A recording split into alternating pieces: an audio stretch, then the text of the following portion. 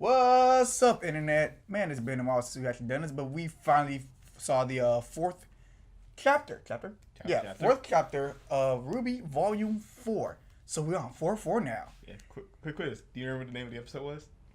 Family. He remembered. You get a gold star for that one. Insert gold star there. I'm not actually going to do it, but I'm just saying it right now for comedic effect that I was going to edit it and it is not going to appear. Comedy. Okay. So let's see. Well, it's been a while since we've actually been on this because reasons, but you don't need to know about that. But just know there's reasons. We've just been delayed. But now we're doing it, and we're about to get to this. So, Jelani, give us a brief thing about what we just saw. Okay, brief thing about what we just saw. Okay, first off, I gotta say the music is starting to build with me. It's still not good, it's good, but it's not as good as the last ones. But it's like, you know what? I'm not as I've thrown off with it as I am now. I guess it's just over time it's going to do that. It's like Stockholm syndrome. I'm going to eventually get used to it being there. Mm-hmm. So what we saw, now to get to the episode, we saw the little kid again. Oscar is his name. Oscar the Grouch, the farmer.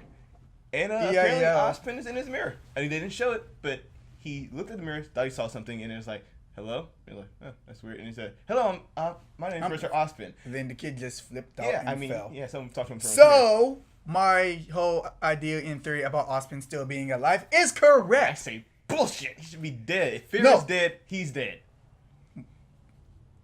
Anime 101. If you do not see them die. Listen. You saw Cinder and Ospen square off and then cut to whatever RWBY was doing.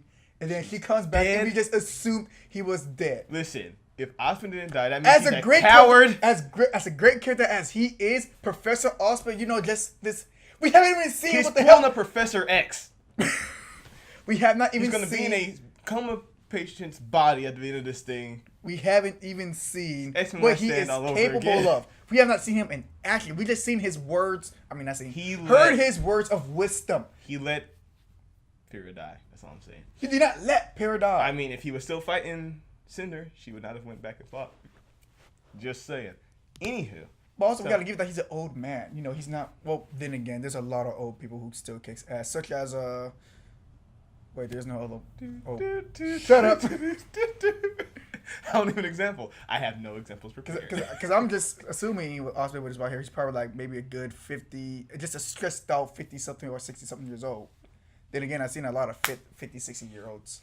In the world of RWBY, everyone's fit as fuck. Not everyone. Get fit or get hit. Because, if you can't get fit, then you ain't going to outrun the ground. That's the thing. RWBY's crew didn't really do much this episode. No, they were just went to town. He's like, that's kind of weird. They're not running that much Grim. Crow's been clearing the way for them. He's been killing all the Grim along the way. He's still following them, which is this is actually a pretty heavy Crow/Yang episode. It is. Yeah, because RWBY's crew didn't do it. They got to town, they went to an inn. Crow was in the bar, but we're going to get to that later. We're going to go back to Yang and her experiences at home. She's still coping with the whole thing. She had her nightmare sequence about the whole incident, Adam, all that. It's very good. I mean, they handled that very well. It's like, like really PTSD thing. It's like, he hurt her, and even though she tried, she's like, you can't stop him. It's happened. Yeah, you cannot stop that. It was right. You can't stop the inevitable. And her old teachers are there. I forgot their names. They're played by Joel Heyman and Ryan Haywood, though. I remember that. And they were having a good time, telling stories of the good old days. Having a good time. In all that. Oh, by the way, one of the jokes it was a joke apparently, but it made me get up and leave while watching the episode. Is her father said, "You must have lost some." He died. He said, "You must have lost some brain cells along with that arm." And I was like, "Holy fucking shit!" I couldn't believe I just heard that. I was like, I mean, the teachers, they stopped and sat there. I mean, I felt that's like, I was like, there goes my heart, there goes my stomach, and I'm just numb. I mean, it went to 0 to 100. I mean, it started as a little slight argument, and it was like, bam. But apparently it was a joke. They're like, ha ha ha about it. I guess that's just the way they are. You have it are, like, just, hey. I guess it's been long enough to make a joke about it now. I mean, you need to give us some warning about that.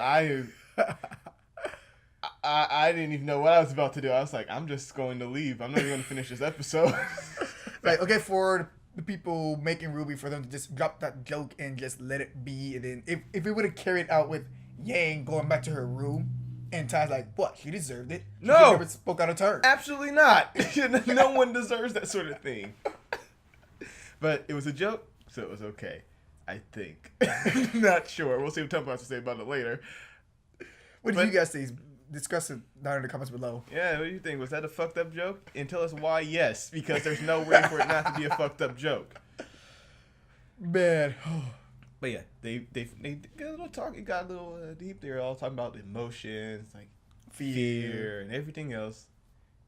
And you know, they convinced her to put the arm on. She's gonna start training now, which I'm happy about. Metal Arm's coming soon, son.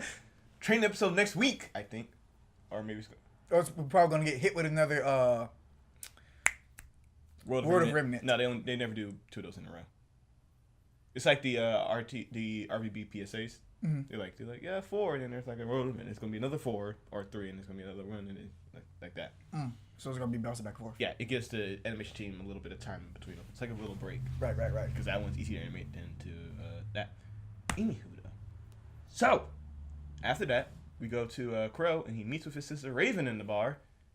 After hitting up with a bartender, very attractive young waitress. She wasn't a bartender. She was. I mean waitress. Yeah, waitress. The lady upstairs, with red eyes, came up to him like, I didn't order this. Yeah, but the lady upstairs with red eyes said that you favor bottom shelf. Like, for you, I give you top.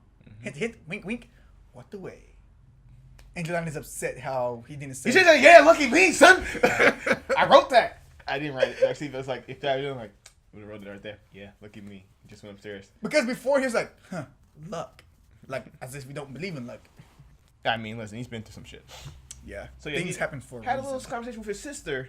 Wasn't the best conversation. I mean, apparently they're from a tribe. And what I pieced together from that conversation, they're the ones who attacked that village that Ruby and them came across last episode that killed all the people. Because she even said, like, they didn't expect the Grimm to come that quickly after, while they were attacking. Yeah. Which might explain why Crow being around might explain why all the Grimm were dead when they got there. So, that's a possibility. It wasn't the best. It wasn't the best brother sister talk. I mean, Yang's not. I mean, Yang's mom is not the best. I mean, Raven's not the best sister, and our mother apparently. Hey, your daughter's arm is gone. Yeah, and she didn't give a shit. She was just going like, "Hey, I'm asking you a question. Does she have it?" By the way, the pronoun game was phenomenal this episode. They're talking about Salem and a relic. I'm guessing the relic is what was in the school. I'm guessing Osmond took that to wherever he went in the mirror dimension. I'm calling it that, the mirror dimension, until they name it. That's where he is. He's in the mirror dimension. That he only talked to Oscar through, apparently. Anywho. So yeah, that was pretty much it. They had a little talk about family. About how Raven really doesn't know what the fuck family means. Yeah. Then she dipped with her little magic portal. Yeah, the witches came and witches saw him, dropped the glass and like, oh yeah, can you make this a double? Yeah. He's like, I'm gonna need this right now. He's drunk. He's always drunk. Yes. So yeah, that was the episode. Quick recap. So let's see. Any things that Every time, like, I never noticed this in any other episode where John is in, but John is tall as hell. Like, goddamn. Well, I mean, it's either he's tall or Ruby's short, and I think it's more Ruby's short because she's younger than him. Yeah, but also he's taller than Ren. Or it might have just been the angle that they I think it's the angle. I just think that he's... Because everyone's taller than Ruby, really. No, I wasn't comparing him to Ruby. I was comparing him to Ren. Like, yeah, that's easily obvious to notice. Like, okay, yeah. But then, like, Ren's pretty decently tall, too. And he's taller than Ren. Yeah, I mean, Man, Ren's about, like, your height. And John's, like... I don't know. I've never met him in real life.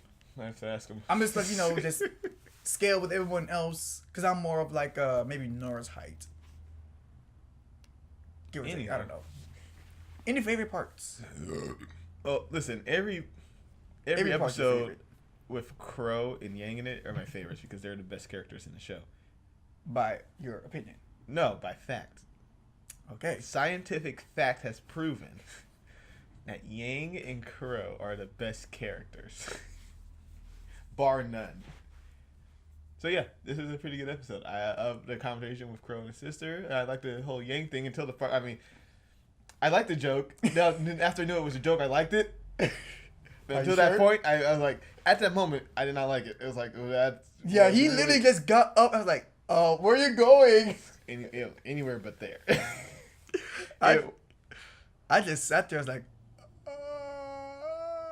my heart, stomach. Yeah, no, but you can't know, move.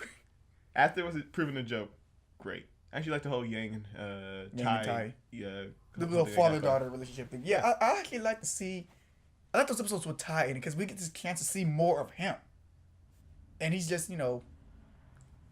Right now, he just seems just like he's just there, not really appealing to a certain role. But I actually want to see him in action, too.